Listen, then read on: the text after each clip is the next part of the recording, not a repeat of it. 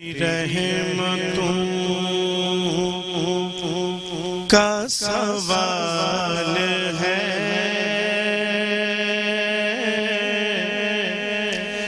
تیری رحمتوں کا سوال ہے، تیری ذات خود میں کمال ہے، تیری رحمتوں کا سوال ہے۔ میں کروں عبادت بے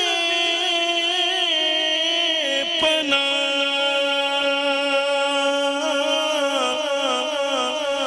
میرا چین پھر بھی محال ہے، مجھے بندگی کا شعور دے، تیری رحمتوں کا سوال ہے، مجھے بندگی کا شعور دے، تیری رحمتوں کا سوال ہے۔ جو طلب کیا وہ عطا کیا، مجھے پھر بھی رنج و ملال ہے، مجھے صبر دے، مجھے شکر دے، تیری رحمتوں کا سوال ہے، تیری ذات خود میں کمال ہے، تیری رحمتوں کا سوال ہے۔ جزاک اللہ، سبحان اللہ، بہت خوبصورت وسیم صاحب، بہت بہت شکریہ آپ کا۔ بسم اللہ الرحمن الرحیم، السلام علیکم ناظرین۔ آج مسکراتی صبح میں ایک بار پھر ہم آپ کے ساتھ موجود ہیں، اور آج کا ہمارے لیے سب سے زیادہ اہم اس لیے ہے 25 دسمبر قائد اعظم محمد علی جناح کی آج سالگرہ ہے، اور یہ وہ شخصیت، وہ ہمارے لیڈر، وہ عظیم لیڈر جنہوں نے دنیا میں منوا لیا اور ہمیں پاکستان جیسا ملک جو ہے وہ دیا، اور ہمیں اس اپنے ملک کی، اپنے پیارے ملک کی قدر کرنی چاہیے، عزت کرنی چاہیے۔ محمد علی جناح کے جتنے بھی کوٹس ہیں، جتنے بھی، جب بھی انہوں نے جو بات کہی ہے وہ آج بھی ہم یہ دیکھ رہے ہوتے ہیں، اسی طرح امپلیمنٹ کر رہی ہوتی ہے۔ ان کی باتوں کو سننا سمجھنا بہت زیادہ ضروری ہے، ان کے بار بار کوٹس کو سننا ضروری ہے، کیونکہ وہ بات کرتے تھے ہمیشہ سے جو ہمارے ملک کے لیے، آگے ترقی کے لیے بہت بہتر تھا۔ تو آج بھی ہمیں ان کی جو ہے اسی طرح ہی بات کو ماننا چاہیے جس طرح اس زمانے میں لوگوں نے مانا، اور ایک خوبصورت ملک ہمیں جو ہے وہ آزاد کر دیا۔ اب ہمیں اس ملک کی حفاظت کرنی ہے۔ یہ وہ ہمارے عظیم لیڈر ہیں، یہ وہ لیڈر ہیں جنہوں نے ہمیں ملک دیا، تو اب ہمیں ان عظیم لیڈر کے جو ہے فالوور بن کر ہمیں اپنے ملک کا خیال ہے، ہمیں اپنے ملک کو آگے باغ دوڑ اس کی سنبھالنی ہے، ہمیں اس کے ملک کو آگے ترقی کی طرف مزید گامزن کرنا، مزید لے کر جانا ہے۔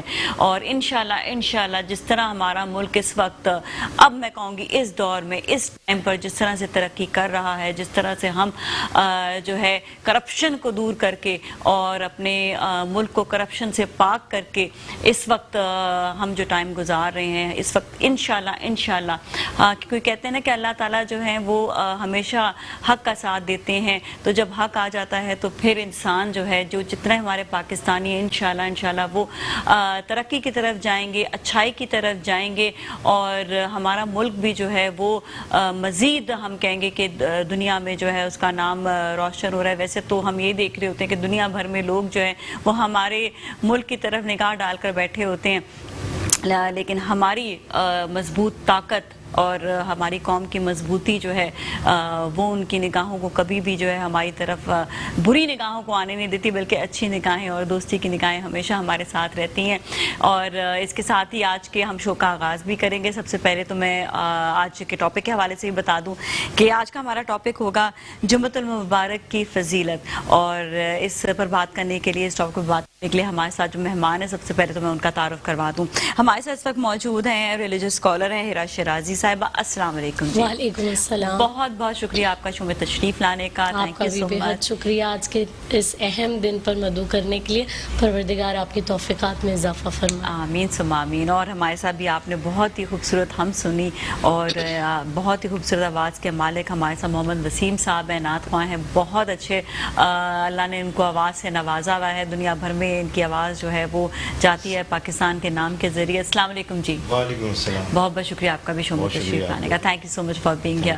سب سے پہلے تو میں ہیرا جی جان سے بات شروع کرنا چاہتی ہوں یہ کہ اللہ تعالیٰ نے ہمیں بہت سارے موسم دیے, بہت سارا ٹائم دیا ہے, بہت جس طرح یہ جو ہے ہمارے پاس بہت سارے منتھس ہیں, ویکس ہیں, ڈیز ہیں. تو یہ جو دن ہیں ان میں لیکن مخصوص اور خوبصورت اور پیارا دن جسے کہتے ہیں جمعۃ المبارک کا دن, اس کی فضیلت کے حوالے سے آپ ضرور ہمیں بیان کریں کہ اس کی فضیلت کیوں ہے, اس کی وجہ کیا ہے, ذرا بیان. اعوذ باللہ من الشیطان اللعین الرجیم. بسم اللہ الرحمن الرحیم. سب سے پہلے تو تمام تر تعریفیں اس رب کے لیے جو کائنات کا رب ہے, جو علی کل شیء قدیر ہے, وہ رحمان ہے, رحیم ہے, کریم ہے, عظیم ہے, اول بھی ہے, ظاہر بھی ہے, باطن بھی ہے. وہ کائنات کا رب کہ جب ہم ساری کائنات کا مشاہدہ کرتے ہیں تو کائنات کے ذرے ذرے میں اللہ کی قدرت کو ہم محسوس کرتے ہیں. وہ پروردگار عالم جس نے ہمیں تفکر اور تعقل کی طاقتوں کو عطا کیا, وہ قرآن مجید میں ارشاد کرتا ہوا نظر آتا ہے. پروردگار عالم سورہ قصص کی آیت نمبر 68 میں ارشاد فرما رہا ہے, بسم اللہ الرحمن الرحیم, وَرَبُّكَ يَخْلُقُ وَمَن يَشَاءُ يَخْتَرُ. پروردگار عالم کہہ رہا ہے کہ تمہارا ہی وہ رب ہے جو پیدا کرتا ہے, پھر جو چاہتا ہے وہ چن لیتا ہے. تو سب سے پہلے ہمیں یہ بات ذہن میں رکھنی چاہیے کہ وہ کائنات کا رب ہے, اس سے 18,000 عالمین, سائنس کہتی ہے کہ 18,000 عالمین ہیں, اس نے خلق کیا ہے, طرح طرح کی مخلوقات کو خلق کیا ہے, پھر انسانوں کو خلق کیا ہے, انسانوں میں سے کچھ لوگوں کو چن لیا. پر آپ نے بہت ہی بہترین آغاز کیا. میں بھی چاہوں گی کہ خلقت کے ساتھ ہی جمعے کا بھی ذکر ہو کہ پروردگار عالم نے جب انسانوں کو خلق کیا تو جیسے آیت میں اللہ نے کہا کہ وہ پیدا کرتا ہے, پھر وہی وہ ہے جو چن لیتا ہے. تو پروردگار عالم ہی وہ ہے کہ انسانوں میں سے بھی اگر وہ کسی کو چن لیتا ہے تو کسی کو نبی بنا دیا کرتا ہے, علیہ السلام بنا دیا کرتا ہے. اور ایک مرد کے لیے سب سے بہترین پروردگار عالم کی جانب سے تحفہ یہ ہے کہ اللہ اسے نبوت کا درجہ عطا کر دے. اور اسی کے ساتھ نبیوں میں بھی اگر کسی کو چن لے, کسی کو افضل بنا دے, تو اسے محمد مصطفیٰ احمد مجتبی صلی اللہ علیہ وآلہ وسلم بنا دیا کرتا ہے. پروردگار عالم نے اپنے بندوں کو چنا, اسی طرح سے پھر ان کے بعد انبیاء کے بعد ان کے اصحاب, ان کے حوارین, اور پھر پروردگار عالم نے سالوں کا انتخاب کیا, مہینوں کا انتخاب کیا, ہفتوں کا انتخاب کیا, اس کے ساتھ ہی ایام اور دنوں کا انتخاب کیا.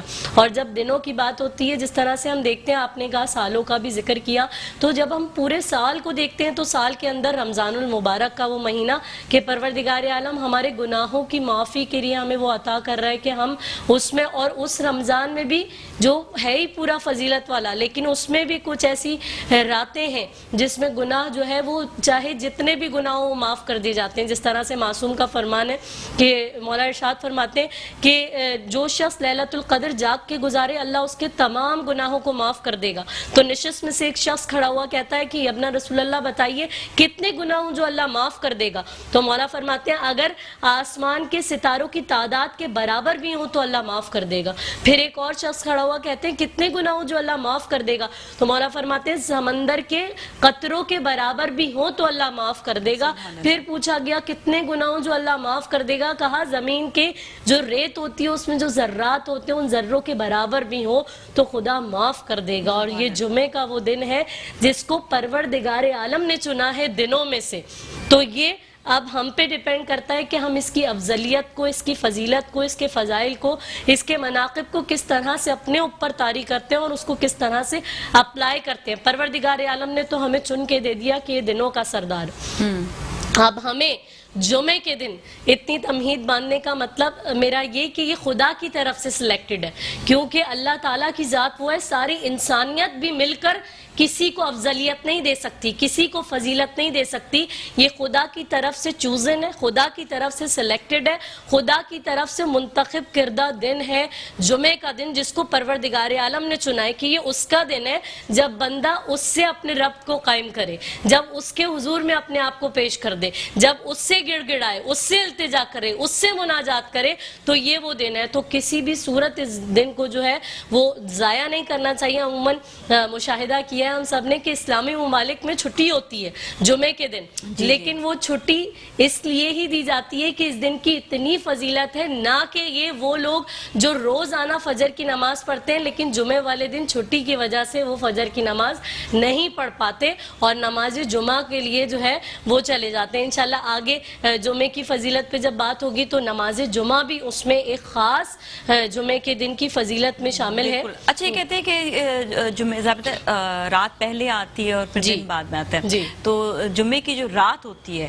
اس میں اس کی عبادات، اس کی دعائیں، بلکہ کہتے ہیں کہ پورے جمعے کا دن جو ہے اس میں کوئی ایک ایسا وقت ہوتا ہے جس میں دعا قبول ہوتی ہے، تو دعا مانگتے رہنا چاہیے. اس کے حوالے سے ضرور بتائیں. ایک تو ایک جو رات آتی ہے اس کے حوالے سے پہلے. بہت ہی بہترین بات آپ نے کی نازیہ.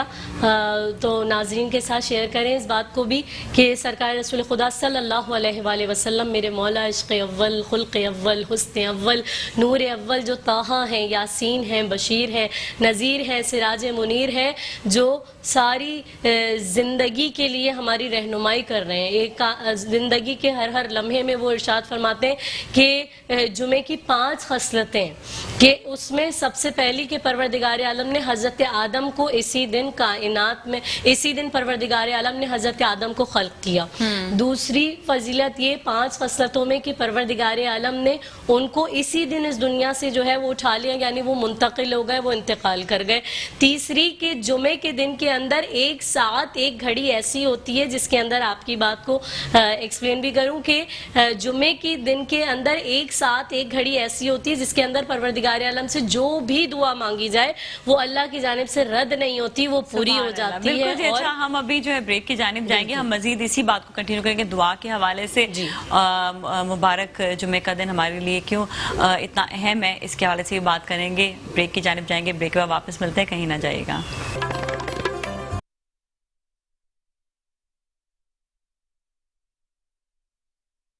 جی ناظرین، ایک بار پھر ہم آپ کے ساتھ موجود ہیں مسکراتی صبح میں، اور آج ہم بات کر رہے ہیں جمعے کی فضیلت کے حوالے سے. آج ہمارے ساتھ جو مہمان ہیں میں ان کا تعارف بھی کروا دوں. ہمارے ریلیجس اسکالر ہیرا شیرازی ہیں اور ساتھ ہی نعت خواں ہمارے ساتھ موجود ہے محمد وسیم صاحب. ہم بات کر رہے تھے جمعے کی فضیلت کے حوالے سے، تو تھوڑی سا ہم جو دعا پورے دن میں کسی بھی وقت آپ جو دعا کرتے ہیں اس کے حوالے سے ہمیں ذرا بتائیے گا کہ قبولیت کی گھڑی ہوتی ہے. بالکل نازیہ، جیسے ذکر کر رہی تھی بریک پہ جانے سے پہلے میں بھی کہ 5 خصلتیں جو جمعے کی سرکار رسول خدا صلی اللہ علیہ وآلہ وسلم نے بیان فرمائی، تو اس کے اندر جمعے کی ایک وہ ساعت کی ایک وہ گھڑی ہوتی ہے جس کے اندر کوئی دعا بھی رد نہیں ہوتی، چاہے وہ کوئی بھی شے ہو، بس جائز شے ہو، حرام شے نہ ہو.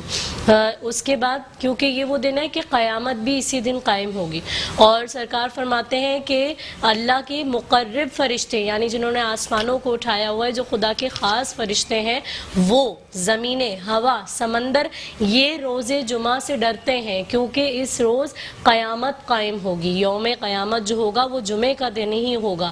اب آتے ہیں اس بات پر جو ساعت اور گھڑی کی آپ بات کریں گے کہ ہمارے یہاں اسلامی اعتبار سے جب ہم دیکھتے ہیں تو جمعرات مغرب کے بعد سے شب چینج ہو جاتی ہے اور دوسرا دن لگ جاتا ہے. وہ کیلکولیشنز الگ ہیں 12 بجے کے بعد والی, لیکن اسلامی اعتبار سے اگر دیکھا جائے تو مغرب کے بعد سے تو جمعرات یعنی جمعے کی رات وہ شامل ہو گئی مغرب کے بعد سے. جمعرات کے بعد مغرب سے جو وقت ہے اور عصر سے مغرب تک کا وقت جمعے والا دن وہ پورا جمعے کے اندر ہے. اب اس کے اندر جو اعمال آپ کرتے کثرت کے ساتھ, سرکار رسول خدا صلی اللہ علیہ وآلہ وسلم میرے مولا کا فرمان ہے کہ جمعے کے دن اب چاہے وہ آپ رات سے لے کر صبح جب بھی وقت ملے اور جب بھی کرنا چاہیں, لیکن خوش اسلوبی کے ساتھ, پورے دل کے ساتھ, عقیدے کے ساتھ, اعتقاد کے ساتھ, ایقان کے ساتھ, ایمان کے ساتھ ان کی بارگاہ میں اپنے خلوص اور محبت کو پیش کرتے ہوئے تو کہا گیا کہ مجھ پر کثرت سے درود بھیجا کرو. اور جو وہ ساعت ہوتی ہے, جو وہ گھڑی ہوتی ہے, اس میں کوئی بھی دعا اللہ تعالیٰ کی جانب سے رد نہیں کی جاتی. اور وہ شخص جو جمعے کو طے کر لے کہ یہ وہ دن ہے کہ آج مجھے اپنی عبادت کا اہتمام کرنا ہے, یہ وہ دن ہے کہ جب مجھے دعاؤں کا اہتمام کرنا ہے, یہ وہ دن ہے کہ جب مجھے تمام چیزوں کو چھوڑ کر عبادت کی طرف رجوع کرنا ہے, وہ شخص اگر سورہ کہف پڑھتا ہے, ہاف این آور جو ہے وہ صرف لگتا ہے سورہ کہف کے لیے. یہ مشہور ترین روایت ہے سرکار کی کہ آپ ارشاد فرماتے ہیں وہ شخص جو سورہ کہف پڑھتا ہے جمعے کو, وہ ایک جمعے سے لے کے دوسرے جمعے تک یعنی کہ پورے 7 دنوں تک 2 جمعوں کے درمیان اللہ تعالیٰ اس کے لیے ایک نور کو روشن کر دیتا ہے. اور جب ہم سورہ کہف کو پڑھتے ہیں تو میں چاہوں گی کہ آپ کے پلیٹ فارم سے لوگوں کو یہ بھی بتایا جائے کہ سورہ کہف کے اندر یہ بھی تو سوچنے کی بات ہے نا کہ آخر ایسا کیا بات ہے سورہ کہف کے اندر کہ اتنے خاص دن کے اندر پروردگار عالم تاکید کر رہا ہے کہ سورہ کہف کو پڑھا جائے, تو اللہ تعالیٰ اس شخص کے لیے نور کو روشن کر دے گا. اور جب تفسیر پڑھیں گے سورہ کہف کی تو اس سے معلوم یہ ہوتا ہے کہ جو 10 آیات ہیں شروع کی سورہ کہف کی, اگر صرف ان کو بھی جو شخص پڑھ لے وہ دجال کے فتنے سے محفوظ رہے گا. اور یہ فتنہ وہ ہے جس کے لیے سرکار رسول خدا صلی اللہ علیہ وآلہ وسلم, اللہ کے محبوب سے پہلے کے انبیاء بھی اپنی قوموں کو اس فتنے سے ڈراتے رہے. تو اس پر بھی ذرا سا غور کیا جائے کہ کیوں سورہ کہف جو ہے وہ پڑھنے کی تاکید کی گئی ہے اور لازمی پڑھا جائے اس غفلت کے دور کے اندر کہ ہمیں گارنٹی نہیں ہے نا کسی چیز کی کہ ہم سمجھتے ہیں ہمارا کوئی بھی عمل, ہم جو بھی عمل کرتے ہیں, چاہے وہ ہم سجدہ کریں, کوئی بھی عبادت کریں, زکوٰۃ دیں, خیرات دیں, صدقات دیں, اللہ کی راہ میں کچھ بھی عمل کریں, تو ہمیں گارنٹی نہیں ہوتی کہ وہ قبول ہوگا بھی یا نہیں ہوگا. کیونکہ کچھ ایسی چیزیں ہیں, کچھ ایسی باتیں اگر آپ یہ دیکھیں کہ ہمیں پتہ نہیں ہوتا کہاں پر کس جگہ پر کوتاہی ہو گئی ہے, کس جگہ پہ اللہ کی ناراضگی ہے ہم سے, تو ہمیں بڑا جو ہے نا سنبھل کر چلنے کی ضرورت ہے, سنبھل کر اپنی لائف کو, کیونکہ اللہ کے مطابق جب آپ زندگی گزاریں گے, جو اللہ نے ہمیں احکامات دیے ہیں, قرآن مجید کے ذریعے اللہ نے احکامات دیے ہیں, حضور صلی اللہ علیہ وسلم کے ذریعے ہمیں بہت سارے اچھے احکامات دیے ہیں, تو ہمیں اگر ان کو فالو کرنے لگ جائیں گے تو کہیں پر بھی پریشانی نہیں ہوگی. لیکن پھر بھی انسان جو ہے اس سے کہیں نہ کہیں کوتاہی ہو جاتی ہے. اچھا, یہ اپنا انسان جو ہے یہ اپنا کہتے ہیں نا اپنے آپ کو سکیننگ کیسے کرے کہ کہاں پر کیا چیز گڑبڑ ہو گئی ہے اس سے؟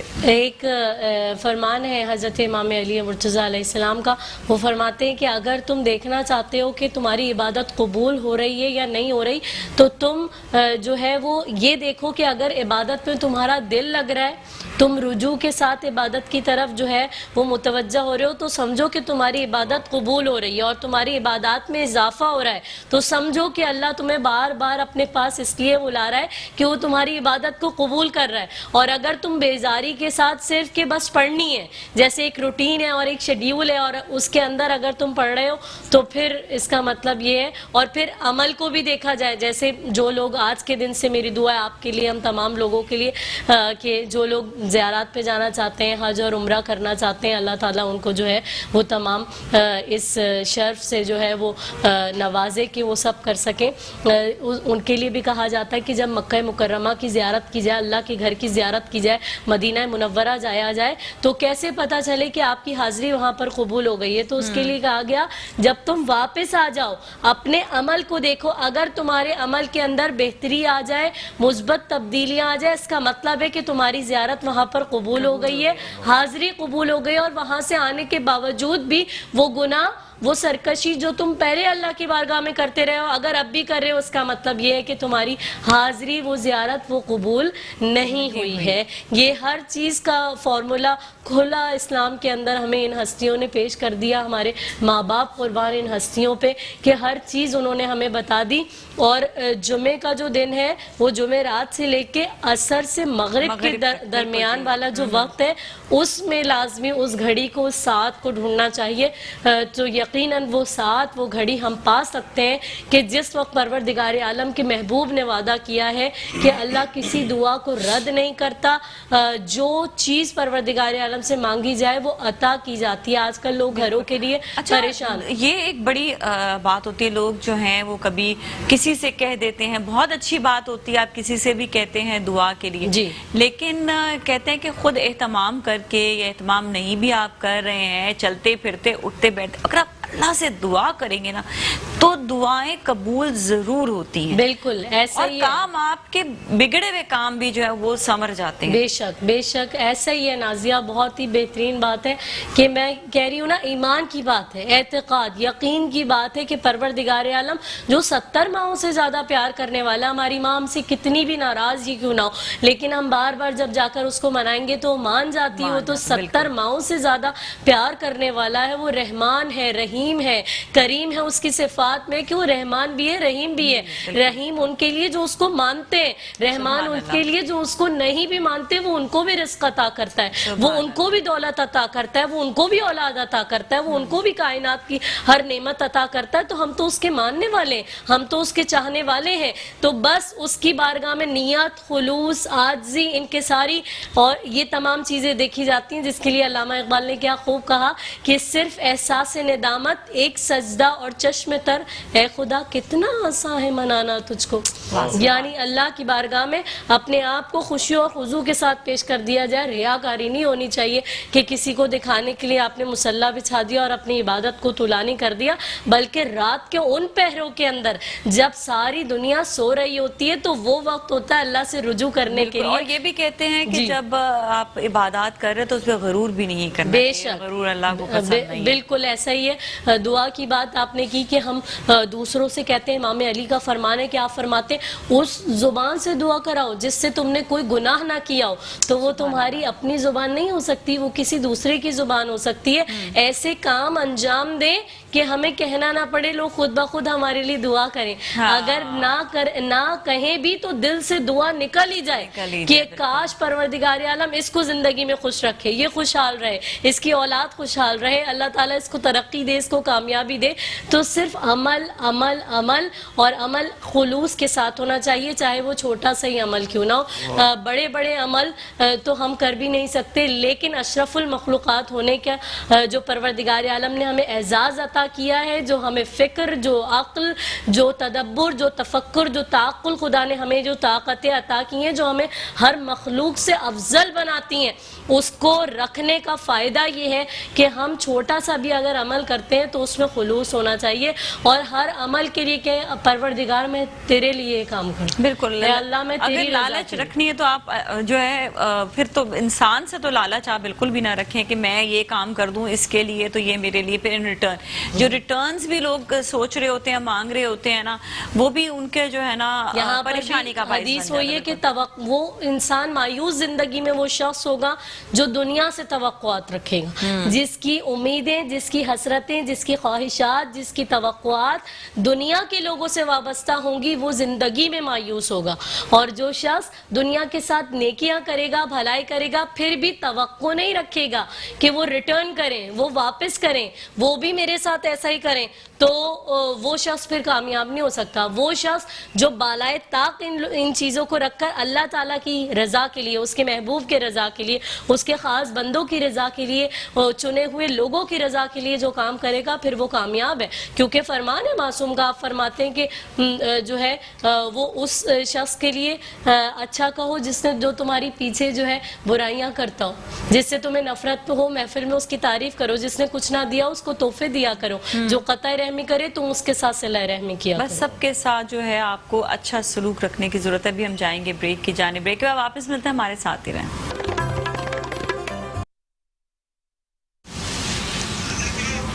جی ناظرین، ایک بار پھر ہم آپ کے ساتھ موجود ہیں مسکراتی صبح میں، اور اب ہم جو ہے آگے بات کریں گے. ہمارے ساتھ ہیرا موجود ہیں، ہیرا شیرازی اسلامک اسکالر، اور ہم آپ سے آج جاننا چاہیں گے حضرت عیسیٰ علیہ السلام کا مقام و مرتبے کے حوالے سے.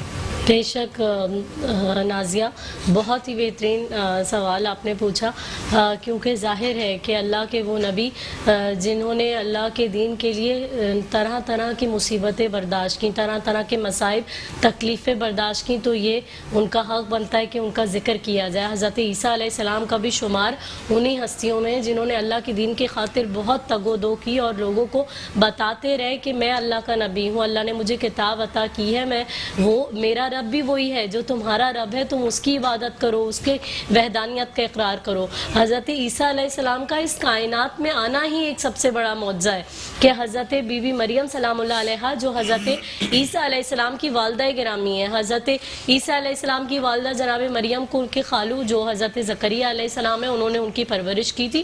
اور پھر جو ہے وہ بی بی مریم اتنی باعظمت، اتنی پاکیزہ، اتنی عفت والی، اتنی طاہرہ بی بی تھی کہ وہ مصلی پر بی بی بیٹھی رہتی تھی، عبادت پروردگار کرتی تھی. تو ایک مرتبہ حضرت زکریا آئے تو انہوں نے دیکھا کہ بی بی کے سامنے طرح طرح کی نعمتیں رکھی ہوئی ہیں.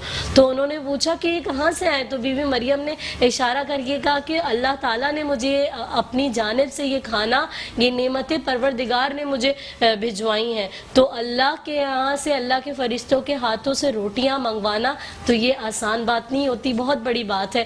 اب جب حضرت عیسیٰ کی ولادت کا وقت آیا تو بی بی مریم اتنی پاک و پاکیزہ طیب طاہر کے سورہ مریم کہتی ہے. سورہ مریم میں جب ہم دیکھیں گے حضرت عیسیٰ علیہ السلام کی ولادت تو آیت نمبر 24 سے لے کر 28 تک آیات بتاتی ہیں کہ بی بی مریم اپنے حجرے کے اندر ہے، اور ایک مرتبہ ایک شخص جو کہ بہت خوب روح ہے، بہت خوبصورت، حسین و جمیل اور خوش لباس، خوش شکل، وہ ان کے سامنے آ گیا. جیسے بی بی نے اس کو دیکھا تو بی بی فرماتی ہیں کہ تم کون ہو؟ تو وہ کہنے لگا انما انا رسول ربک، میں، آپ گھبرائیں نہیں، میں آپ کے رب کا بھیجا ہوا فرشتہ ہوں. بس ایک مرتبہ وہ کہتی ہیں کہ میں تو عورت ہوں، میں پاکیزہ ہوں، میں باعفت ہوں، میں بہت حیا والی عورت ہوں، تم یہاں کیوں آئے ہو؟ تو کہنے لگے کہ پروردگار عالم نے حکم بھیجا ہے کہ اللہ آپ کو ایک پاکیزہ بیٹا عطا کرنا چاہتا ہے. تو بی بی فرماتی ہیں کہ بیٹا، مجھے کس طرح سے بیٹا عطا ہوگا؟ کیونکہ دو صورتیں ہوتی ہیں، میں کبھی جو ہے باہر گئی نہیں ہوں اور نکاح میرا ہوا نہیں ہے، تو پروردگار عالم مجھے کس طرح سے بیٹا عطا کرے گا؟ تو انہوں نے بس ایک مرتبہ کچھ روایات کہتی ہیں کہ گریبان میں، کچھ کہتی ہیں کہ ایسے جو ہے وہ پھونک ماری بس، اور حضرت عیسیٰ علیہ السلام ان کے وطن مبارک میں آ گئے اور ان کی ولادت جو ہے ہو گئی. بی بی مریم کہہ رہی تھی کہ اس سے پہلے کاش میں مر جاتی. تو پروردگار عالم نے حکم دیا حضرت جبریل کو کہ آپ ان سے کہیے کہ جو سوکھی کھجور کا درخت ہے اس کو ہلائیے. بی بی مریم نے ہلایا، تازی تازی کھجوریں آ گئیں. حضرت جبریل نے پر مارا تو ایک چشمہ جاری ہو گیا. اللہ نے کہا کہ جبریل ان کو بتائیے جو خدا سوکھی کھجوروں کے اندر تازی کھجوریں پیدا کر سکتا ہے تو وہ آپ کو بیٹا بھی عطا کر سکتا ہے. جب بی بی مریم حضرت عیسیٰ کو لے کر آئیں تو وہ لوگ ان کو تانے دینے لگے. تو بی بی نے کہا اس بچے سے پوچھو، اشارہ کیا تو حضرت عیسیٰ بولے میں اللہ کا نبی ہوں، اس نے مجھے کتاب عطا کی ہے، اس نے مجھے، میں اس کا بندہ ہوں، میرا رب ہے، اور میں جب تک زندہ رہوں گا اور جب دوبارہ اس دنیا میں آؤں گا اور جب جاؤں گا تو اللہ نے مجھ پر سلام ہی سلام بھیجا ہے. ہزاروں معجزات ہیں حضرت عیسیٰ کے، لیکن ظاہر دامن وقت میں اتنی گنجائش نہیں ہے. تو بہت بہت شکریہ آپ کا شو میں تشریف لانے کا. ہم وسیم صاحب سے کہیں گے کہ ابھی سیگمنٹ کا وقت ختم ہو رہا ہے تو ہمیں جاتے جاتے آپ نعت رسول مقبول صلی اللہ علیہ وسلم. جی جی بالکل جی. خدا کا ذکر کرے، ذکر مصطفیٰ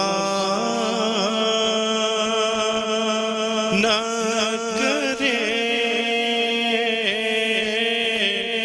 خدا کا ذکر کرے، ذکر مصطفیٰ نہ کرے، ہمارے منہ میں ہو ایسی زبان خدا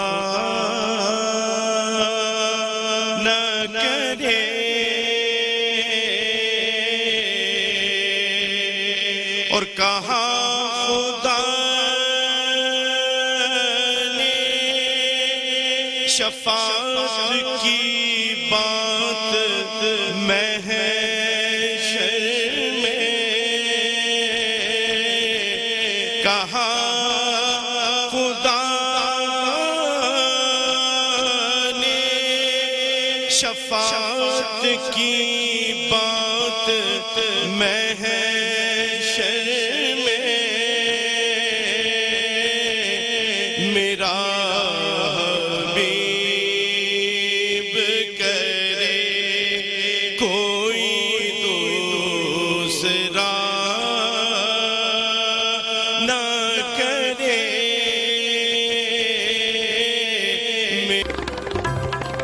ناظرین، کرسمس سیلیبریشن کے لیے جو باتیں ہم نے آپ سے کرنی ہے وہ ایک ایسی پرسنالٹی جو بہت زبردست اسٹائلسٹ ہیں، ایسے مطلب کہتے ہیں نا کہ زبردست اسٹائلسٹ کی اگر بات کی جائے تو یہ ہمارے پاکستان کے جو ویل نون سیلیبریٹیز ہیں، آپ فواد خان لے لیں، آپ ماہرہ خان لے لیں، آپ چاہے جسٹ نیم اٹ، سب بڑے بڑے سیلیبریٹیز جو ہیں وہ یہاں پر آتے ہیں ان کے سیلون میں، راشد سیلون میں، اور یہاں پر جو ان کی گرومنگ اور اسٹائلنگ ہے وہ کمال کی ہوتی ہے۔ صرف وہی نہیں بلکہ I have seen all over Karachi, بہت لوگ ان کو اپریشیٹ کرتے ہیں کیونکہ یہ ہمیشہ جو ہے نا ایکچولی اسٹائل آئیکن تو بڑا چینج کر کے لوگوں کو دکھا دیتے ہیں کہ یہ آپ کا لک ہے، اس طرح اچھے لگ رہے ہیں، یہ ہیئر ڈائی اچھا لگے گا، یہ کلر، یہ میک اپ۔ سو آج ہم جہاں پر موجود ہیں وہ راشد سیلون جیسے آپ کو بتایا، اور یہ بتائیں گے ہمیں کرسمس سیلیبریشن کے حوالے سے بہت سی باتیں۔ تو ہم ملاقات کرتے ہیں راشد سے۔ السلام علیکم راشد۔ وعلیکم السلام Nazia. How are you? I'm good، بالکل بالکل good۔ پہلے تو آپ کو میں سیلیبریشن کی مبارکباد تھینک یو اور آپ کا salon, my god I just loved it. آپ کا ویسے تو لوڈ اٹ ہے پر جو سیلیبریشن کے حوالے سے I mean this is wonderful, beautiful. Thank you very much. Actual پتہ ہر سال میری ایک دل کی خواہش ہوتی ہے کہ سیلون اس طرح کا سجا دو کہ جیسے دلہن سجی ہوئی ہو، اینڈ اسپیشلی کرسمس کے دنوں میں موڈ اچھا ہو جاتا ہے، ویدر اچھا ہوتا ہے، آپ کو کپڑے پہننے کا مزہ آ رہا ہوتا ہے، تو مجھے لگتا ہے کہ وائی ناٹ بھائی سیلون کیوں نہیں خوبصورت اور لگے۔ اور جب آنکھوں کو دیکھنے میں ہر چیز اچھی لگ رہی ہوتی ہے تو میں کہتا ہوں کہ لائٹنگ پراپر کرواتے ہیں ہم لوگ، کرسمس ٹری جیسے کہ باہر دیکھا بھی آپ نے، سنو مین ہیں، ریت لگی ہوئی ہیں، ٹریز ہیں، گفٹ ہیں، تو اس طرح کا بہت اور میرا دل کرے ایک ٹری اپنے گھر بھی لے ہے نا، اتنے اچھے اچھا یہ جو ٹریز وغیرہ ہیں یہ سب کیا آپ کے سب جو یہاں پر کولیگز ہیں اور سب کیا وہی سیٹ اپ لگاتے ہیں؟ میں آپ کو سچ بتاؤں ہم ہر سال یہ کرسمس ٹری نئے منگواتے ہیں بیکاز آف کہ کچھ نہ کچھ لوگ دے جاتے ہیں، اینڈ جب میں اس کا جتنی بھی ایسیسری ہے، ٹریز ہیں، میں لے کے آتا ہوں تو پورا سیلون کوئی اتنی جدوجہد سے کام کر رہا ہوتا ہے کہ پتہ نہیں کوئی سب کا جیسے حصہ ڈالا ہوا ہوتا ہے، کوئی لائٹیں نہیں لگا ہوا ہے، کوئی کہتا ہے نہیں یہاں پہ نہیں رکھیں، یہاں پہ رکھیں، اسٹار یہاں پہ نہیں لگائیں، وہاں پہ لگائیں، تو بہت لائک ہر ایک اپنے اپنے فن دکھا رہا ہوتا ہے اور اس کو مزہ آ رہا ہوتا ہے، بیکاز کہ کرسمس کا ہمارا لائک ایک موڈ اس طرح کے ہو جاتے ہیں، ہیپی موڈ ہو جاتا ہے، تو مجھے بہت ہمیشہ اچھا لگا ہے کہ یار یہ ساری چیزیں ہونی چاہیے۔ اچھا یہ بتائیں کہ آپ لوگ کیسے سیلیبریٹ کرتے ہیں؟ مطلب یہ تو ہو گیا کہ سیلیبریشن سیلون میں، لیکن سیلون اس دن اوپن رکھتے ہیں؟ نہیں ڈیفینیٹلی ہم لوگ سیلون اوپن کرتے ہیں، اسٹارٹنگ کے کچھ 2-4 سال تو میں دن میں بھی آیا کرتا تھا سیلون میں، اچھا اوکے، اور بیکاز آف کہ یار کیا کریں کلائنٹس تو ہیں نا، اینڈ ہر کلائنٹس کو ایک اچھی سروس چاہیے، اور وہ دن اس طرح کا ہوتا ہے کہ ہر ایک کو بلو ڈرائی کروانے، بال کٹوانے، اچھا لگنا ہے، اینڈ اس کے علاوہ اب نہیں بند کرتے، سوری اب کھول کے رکھتے ہیں ہم لوگ، اینڈ جو دوسرا سٹاف ہے وہ سارا آ رہا ہوتا ہے، کچھ مسلم سٹاف ہے وہ آ رہا ہوتا ہے، تو سب مل جل کے، کبھی کبھار میں بھی آ جاتا ہوں عید ملنے کے لیے، اپنی کرسمس ملنے کے لیے ایک لے کے آ جاتا ہوں، میں کہتا ہوں یار بیکاز کہ میرے یہ بچوں کی طرح ہیں، میرے چھوٹے بہن بھائی ہیں یہ جو امپلائیز ہیں میرے، تو پھر ان کے ساتھ کیک شیک کھانا اور ملنے آتا ہوں۔ بالکل۔ اچھا یہ بتائیں کہ خود آؤٹ فٹ وغیرہ کیسے پہنتے ہیں؟ ابھی تو بڑے ہینڈسم لگ رہے ہو ماشاءاللہ۔ یار بس اسی طرح کا ہی ہے، ایک فیشن بہت سارے لوگوں کو بلکہ بتانا پڑتا ہے اپنے کلائنٹس کو کہ اگر بھائی آپ کا فیس کٹ یہ والا ہے تو آپ نے بال اس طرح کے بنانے ہیں، تو بال اگر خالی اس طرح کے بنانے ہیں تو آپ کو کپڑے کس طرح کے پہننے، یہ بہت خاص ایک چیز میٹر کرتی ہے۔ بے شک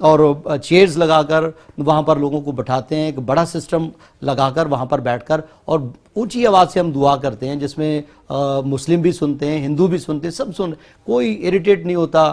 باقاعدہ اس میں رینجر آتی ہے, پولیس آتی ہے, ان سے ہم پرمیشن لے کر تو ایسی عبادات کا انعقاد کرتے ہیں. تو خدا کا شکر ہے کہ ہم بڑی آزادی کے ساتھ وہاں پر عبادت کرتے ہیں. یہ بہت بڑی آزادی کے لیے میں ملک پاکستان کا شکر گزار ہوں. اور قائد اعظم محمد علی جناح آج ہمارے درمیان میں نہیں, لیکن میری دعا ہے کہ ہمارا جو ملک ہے وہ ان کے بنائے ہوئے اصولوں پر چل سکے, اور ہماری گورنمنٹ ان اصولوں پر چل کر اسی طرح یہ بڑھے اور پاکستان ترقی کرے. اور بڑی آزادی, ہر ہندو کو آزادی ہے, کرسچن کو آزادی ہے, مسلم کو آزادی, سب اس ملک میں رہتے ہوئے آزاد ہیں. سکھوں کو اگر ہم دیکھیں تو آزادی, ماشاءاللہ سے. ہاں, yes. اچھا یہ بتائیے گا کہ سیلیبریشن میں کیسے سیلیبریٹ کیا جاتا ہے کرسمس, یہ تھوڑا. اچھا نادیہ, اس میں سب سے پہلے تو گھروں کو سجا دیا جاتا ہے, اسی طرح خوبصورت بنا دیا جاتا ہے جس طرح راشد سیلون ہے. جی, لوگوں کو بہت اچھا لگتا ہے, لوگوں کو کہیں بیٹھ کر سیلفی لے رہا ہے, کوئی تصویریں بنا رہا ہے. اچھا اس کے ساتھ ساتھ پھر لوگوں کو کیک ایک دوسرے کو, فرینڈس کو دیے جاتے ہیں, ان کے گھروں میں پہنچائے جاتے ہیں, ان کو دعوت دی جاتی ہے کہ آپ گھر پہ آئیں, کھانا کھائیں ہمارے ساتھ, اور پھر ان کے گھروں میں جا کر, اور پھر اسی طرح کرسمس کارڈ لوگوں کو وہ دیے جاتے ہیں. اور اسی طریقے سے وہ ایک دوسرے کے ساتھ, اصل میں یہ گیٹ ٹوگیدر ہے. کرسمس جو ہے یہ کوئی ایسا بنیادی تہوار نہیں ہے کہ اسے صرف کرسچن ہی منائیں گے, بلکہ اسے ساری دنیا سیلیبریٹ کرتی. جیسے میں نے شروع میں کہا کہ دنیا اسے سیلیبریٹ کرتی, جسے پتہ ہے وہ بھی, جس سے نہیں پتہ وہ بھی, اور ایک دوسرے کے ساتھ وہ اپنے تحائف شیئر کرتے ہیں, محبتیں شیئر کرتے ہیں. کرسمس امن اور سلامتی کا پیغام دیتا ہے. کرسمس جو ہے یہ بہت ساری برکتیں لے کر آتا ہے اپنے ساتھ. تو اس لیے میں سمجھتا ہوں کہ یہ ہر شخص کے لیے ہے, دنیا کے ہر اس شخص کے لیے, خواہ وہ گورا ہے, کالا ہے, لمبا ہے, چھوٹا ہے, کسی قوم, قبیلے, رنگ, نسل سے اس کا تعلق ہے, لیکن ان برکتوں کو ریسیو کرنا اس کا حق ہے. اچھا بتائیے گا کہ کھانے کا اہتمام کیا ہوتا ہے, کھانے میں کیا جو ہے پیش کیا جاتا ہے؟ اگر کھانے میں نادیہ ایک خصوصی بات, جیسے کہ ہمارے پاکستان میں, ہمارے ایشیا میں میٹھا بہت اہم پسند کیا جاتا ہے. جی, پسند کیا جاتا ہے. اس کے بغیر تو عید ہوتی نہیں. اچھا کیک امپورٹنٹ ہوتا ہے یا مٹھائی امپورٹنٹ ہوتی ہے؟ اچھا یہ زیادہ تر آج کل تو کیک ہی چل رہا ہے. جی, کیک ہی چل رہا ہے, تو لوگ زیادہ کیک کو ہی پریفر کرتے ہیں. کیک دیے جاتے ہیں, اور پھر گھر کے اندر میٹھا بنایا جاتا ہے, کھیر بن گئی ہے, یا پھر اس میں وہ کچھ گاجر وغیرہ ڈال کے اس کا وہ بڑا مزیدار. اچھا ہم ویٹ کر رہے ہوتے ہیں بچے جو ہیں کہ جو ان کو تحائف مل رہے ہوتے ہیں, اور یہ تحفے تحائف کا کیا سلسلہ ہوتا ہے, ذرا یہ بتائیں. تحفے تحائف یہ جس محبت کو بڑھانے کے لیے ہیں. بچے تو خیر اپنی وہ عیدی کا انتظار کر رہے ہوتے ہیں کہ ہمیں وہ ڈیڈی دیں گے, پاپا دیں گے, اور اس کے ساتھ ساتھ وہ ایک دوسرے کے لیے وہ ہمیشہ جو بڑے ہیں وہ ایک دوسرے کو تحائف دیتے ہیں. کسی کو سوٹ لے دیا, کسی کو کوئی اور گفٹ دے دیا, کسی کو کھانا باہر اس کے لیے ارینج کر دیا, اور اس طریقے سے وہ ایک دوسرے کو تحائف دے کر اپنی محبتوں کا اظہار کرتے ہیں کہ I love this family, I love my pastor, I love my church. ایک دوسرے کے لیے وہ تحفے تحائف کا انتظام جو ہے وہ اس طرح سے ہوتا ہے. کینڈیز وغیرہ بھی دی جاتی ہیں بچوں کو, اور اس سے بھی بڑا خوش ہوتے ہیں بچے. جی ہاں بالکل, کینڈیز دی جاتی ہیں. جو اسپیشلی سینٹا ہوتا ہے, تو عبادات میں جو کرسمس کی عبادات ہوتی ہیں تو اس میں سینٹا وہ اپنی وہ کینڈیز ان کو دیتا ہے بچوں کو, اور بچے بہت خوش ہوتے ہیں. سب بچے ویٹ کر رہے ہوتے ہیں سینٹا کہاں ہے, سینٹا کہاں ہے. اوکے.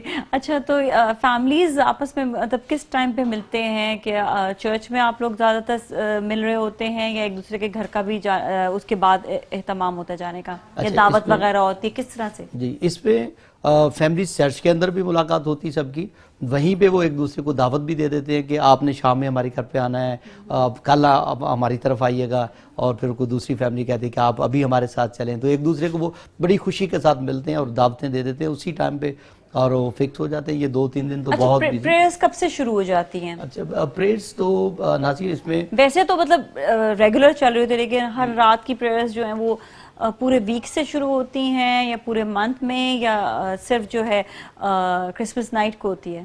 نہیں, یہ تو جیسے ہی دسمبر شروع ہوتا ہے تو پریئرز کا آغاز ہو جاتا ہے. پھر مختلف لوگ نہیں, ایوری ڈے تو نہیں اس میں, کیونکہ ہر چرچ اپنی اپنی وہ شیڈول کے مطابق ہی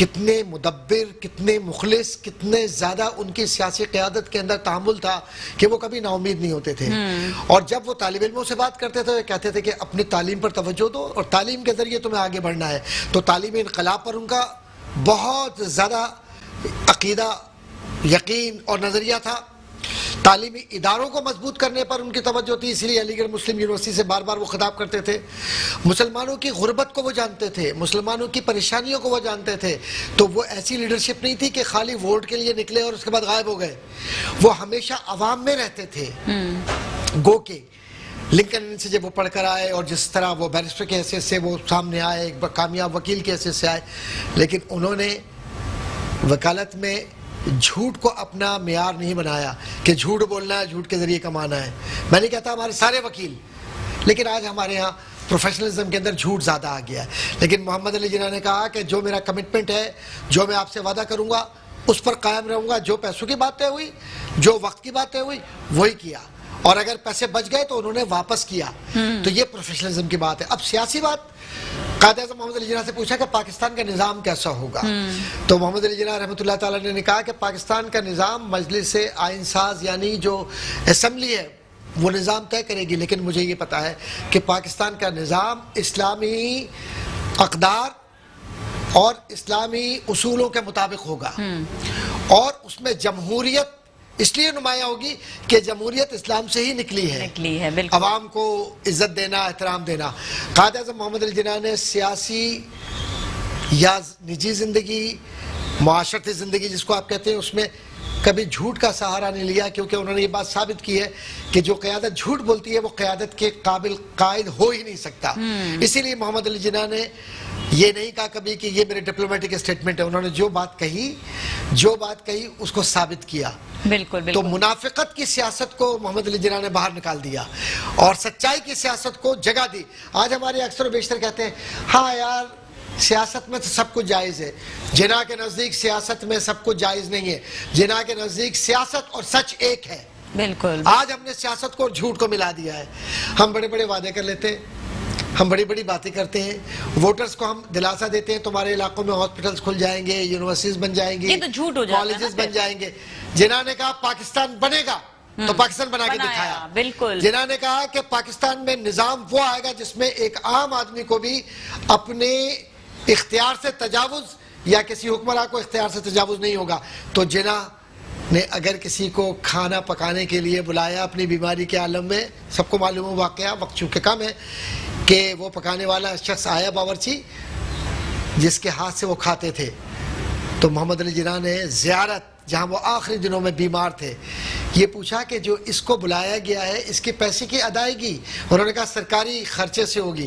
انہوں نے کہا نہیں، یہ میرا ذاتی کھانا پکانے کے لیے آیا ہے، تو میں ان سے سرکاری خزانے سے اس کو پیسے نہیں دوں گا، میرے پیسوں سے اس کو پیسے دیا جائے.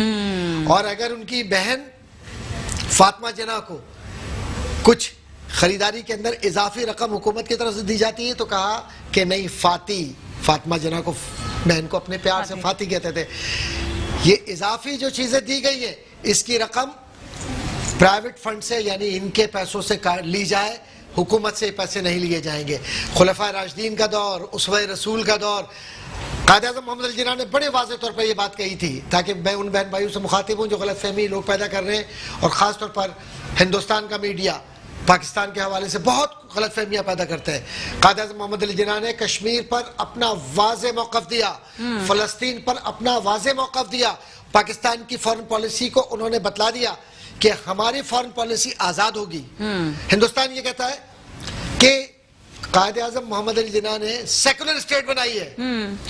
میں ہندوستان کے میڈیا سے ایک بات پوچھنا چاہتا ہوں، پاکستانیوں کو چھوڑیے جو پاکستانی غلط فہمیوں میں، اللہ ان کو ہدایت دے، یا بعض لوگ ہمارے جو ہیں وہ پاکستان کی بات کرتے کرتے فوج کے خلاف چلے جاتے ہیں، ہمارے تعلیمی اداروں کے خلاف چلے جاتے ہیں، ہم بے تکلف ہو کر کبھی کبھی اس طرح کی گفتگو کرتے ہیں جس سے نظریہ پاکستان کی نفی ہوتی ہے. تو تھوڑا سا ہوش کے ناخن لینا چاہیے کہ مودی تو اس پر کام کر رہا ہے کہ پاکستان کے نظریے کو رد کرو. تو ان کا یہ کہنا تھا کہ پاکستان کو سیکولر اسٹیٹ بنا دیا. ہمارے بھی بعض اینکرز، ہمارے بھی بعض جو اپنے آپ کو پڑھے لکھے کہتے ہیں، دانشور طبقہ کہتے ہیں، شاید انہوں نے مطالعہ نہیں کیا. قائد اعظم محمد علی جناح نے 41 سے زائد مقامات پر اسلامک سوسائٹی کی بات کی ہے، اسلامک کلچر کی بات کی ہے، اسلام کی بات کی ہے، اور یہ کہا ہے کہ جنہوں نے پاکستان کے نظام مملکت کو سمجھا ہے وہ اس بات کو جانتے ہیں کہ ہم نے یہ نظام مملکت تاجدار مدینہ صلی اللہ علیہ وسلم کی اسوہ حسنہ یعنی ان کی لائف سے لیا ہے. اور پاکستان کا نظام انہوں نے کوئی ایسا نظام نہیں بنایا کہ جو نیا ہو. انہوں نے تو سچ کی بنیاد پر، اچھائی کی بنیاد پر، مساوات کی بنیاد پر اور عورت کی عزت کی بنیاد پر، جمہوریت کے استحکام کی بنیاد پر، طالب علم کی بنیاد پر کہ طالب علم کیسا ہوگا اور حکمراں کیسا ہوگا کہا کہ یاد رکھو یہ جو اسمبلی ہے اس سے مخاطب ہوتے ہوئے کہا کہ تمہارے لیے زہر قاتل وہ چیزیں ہوں گے جس میں تم اقربا پروری کرو گے، تم اپنے اقربا پروری کی بنیاد پر لوگوں کے اپوائنٹمنٹ کرو گے، ترقی کرو گے، رشوت لو گے، نفرت کرو گے کس بنیاد پر؟ زبان کی بنیاد پر، زبان کی بنیاد پر نفرت کرو گے. تو یاد رکھنا اگر اس طرف چلے گئے تو تباہی آئے گی. یہ محمد علی جناح کی جو 11 سپٹمبر کی اسپیچ ہے وہ سب کے سامنے ہے. جی جی لوگ یہ کہتے ہیں کہ وہ سیکولر اسٹیٹ بنا کر اسلام سے دور کرنا چاہتے تھے اور ایک اگر سیکولر اسٹیٹ ہی بنانی تھی. میں ایک سوال کرتا ہوں آپ سے بھائی، آپ سے بھی سوال کرتا ہوں جو بہت بڑھ چڑھ کر روزانہ صبح شام کہتے ہیں secular state secular state secular state. میں ان سے سوال کر رہا ہوں کہ انگریز تو چاہتا ہی سیکولر اسٹیٹ تھا، تو ہندوستان کے اندر سیکولر اسٹیٹ تو آلریڈی تھی، تو پھر پاکستان کیوں بنایا؟ دیکھیں بات پاکستان بنیاد ہے جس پر قائد اعظم نے فرمایا کہ ہم ایک ایسی زمین حاصل کر رہے ہیں جس میں اسلامی تمدن، اسلامی ثقافت اور قومی وراثت جو اسلام کی بنیاد پر ہوگا. لیکن اس کے اندر ہندو آزاد ہوں گے، پارسی آزاد ہوں گے، کرسچنز آزاد ہوں گے، دیگر عقائد کے لوگ آزاد ہوں گے. ہم ان پر زبردستی نہیں کریں گے، لیکن اور ان کی ترقی بھی آئین اور دستور کے مطابق ہوگی. ہم انہیں کہیں رکاوٹ نہیں ڈالیں گے. جیسے ایک عام مسلمان ترقی کر رہا ہے ایسے ہی غیر مسلم بھی ترقی کریں. اسی لیے آج الحمدللہ محمد علی جناح کا پاکستان، ہمارا پاکستان، اس وقت ہم یقین کے ساتھ کہہ سکتے ہیں کہ کسی غیر مسلم کو پاکستان کبھی زندگی تنگ نہیں کرتا، اور پاکستان کی حکومت، پاکستان کی افواج، پاکستان کے سیاسی ادارے کبھی بھی غیر مسلم کو پاکستان کے اندر اس طرح ٹریٹ نہیں کرتے کہ غیر مسلم ہے. لیکن پڑوسی ملک ہندوستان، سب سے زیادہ دنیا کے قیدی آج کشمیر کے اندر ہیں، سب سے زیادہ بنیادی حقوق تلف ہو رہے ہیں تو کشمیر کے اندر ہے. مودی کا ایجنڈا ہے کہ کسی طرح سے بھی مسلمانوں کو تنگ کرو، یہاں تک کہ اس نے تو قوانین ایسے بنا دیے کہ جس میں کہا جاتا ہے کہ ان کی سٹیزنشپ لے لی جائے گی، ریووک کر دی جائے گی. یہ کون سا بنیادی حقوق دیکھیں آج یہی پتہ چل رہا ہے نا کہ دو قومی نظریہ جو ہے وہ کیوں امپورٹنٹ تھا، کیونکہ وہاں پر جو اس وقت مودی جو حرکاتیں کر رہا ہے آپ وہ دیکھ سکتے ہیں کہ جس طرح مسلمانوں کے ساتھ جو سلوک ہو رہا ہے. دو قومی نظریہ بہت زیادہ امپورٹنٹ تھا، پاکستان کا ہونا بہت. یہاں پر مسلمان اپنے حکمرانوں کے طور پہ ایک آزاد زندگی جس طرح سے گزار رہے ہیں، وہاں پر وہ سچویشن نہیں ہے اس وقت. دو قومی نظریہ تو 100% ہے ہی ہے. جو بھی اگر یہ نہ ہوتا سچ تو پاکستان بنتا کیوں؟ اور کسی نے پوچھا کہ اگر یہ سچ ہوتا، میں اعتراض کبھی جواب دیتا ہوں چلوں کہ اگر یہ سچ ہوتا تو پاکستان کیوں ٹوٹا؟ پاکستان اس وجہ سے نہیں ٹوٹا کہ نظریہ غلط تھا، پاکستان اس وجہ سے ٹوٹا کہ ہم نے اپنی حرکتیں غلط کی ہوئی تھی. اگر ہم نے روزے نہیں رکھے تو اس میں اسلام کا قصور نہیں ہے، ہم نے زکوٰۃ نہیں دی تو اسلام کا قصور نہیں ہے، قصور ہمارا. ہمیں اپنے آپ کو بہتر کرنے کی ضرورت. پاکستان کی افواج کے خلاف، پاکستان کے وجود کے خلاف، پاکستان کے نظریے کے خلاف بین الاقوامی سطح پر سازش ہو رہی ہے. اس سازش کو ہمارے نوجوانوں کو، ہمارے لوگوں کو سمجھنے کی ضرورت ہے کہ ہم سب متحد ہو کر یہ بات کہیں کہ پاکستان بنانے کا کام قائد اعظم محمد علی جناح نے کیا اور ان کے رفقا نے کیا. کون بھول سکتا ہے لیاقت علی خان کو؟ کون بھول سکتا ہے سر سید احمد خان کو؟ کون بھول سکتا ہے محمد علی جوہر کو؟ یہ سارے لوگ ہیں جنہوں نے مسلم تشخص کی بات کی. لیکن ایک بات عرض کروں کہ اقبال کو بھی ہم فراموش نہیں کر سکتے کہ علامہ اقبال کی فکر نہ ہوتی اور قائد اعظم محمد علی جناح کی جدوجہد نہ ہوتی اور طلبہ، اساتذہ، خواتین، صحافی اور دیگر طبقات، علماء، مشائخ، ان کا ساتھ نہ ہوتا تو پاکستان کیسے بنتا؟ تو سب نے مل کر قائد اعظم کی قیادت پر اعتبار کیا. کیا وجہ ہے کہ قائد اعظم کے بعد پھر قومی قیادت نہیں آ سکی سامنے اس طرح سے؟ وجہ یہ ہے کہ ہم نے قائد اعظم کے افکار کو، قائد اعظم کی بات کو، قائد اعظم کے نظریے کو، پاکستان کے وجود کو ہم نے علاقائیت میں تقسیم کر دیا. سندھی، مہاجر، پنجابی، پٹھان، بلوچی، شیعہ، سنی، وہابی، دیوبندی. نتیجہ کیا نکلا کہ نہ خدائی ملا نہ وصال صنم، نہ ادھر کے رہے نہ ادھر کے رہے. آج قائد اعظم اور اقبال کی طرف لوٹنا ہوگا اور اپنی فکر کو جوڑنا ہوگا پاکستان کے ساتھ. جی جی تب بہت ہم بہت ترقی شکریہ. کر سکیں. تھینک یو سو مچ آپ کا شو میں تشریف لانے کا. اس کے ساتھ ہی ناظرین آج کے لیے اتنا. اپنے گھر والوں کا بہت خیال رکھیے گا. ناظرین میرے کو ٹیم کو دیجیے اجازت. اللہ حافظ.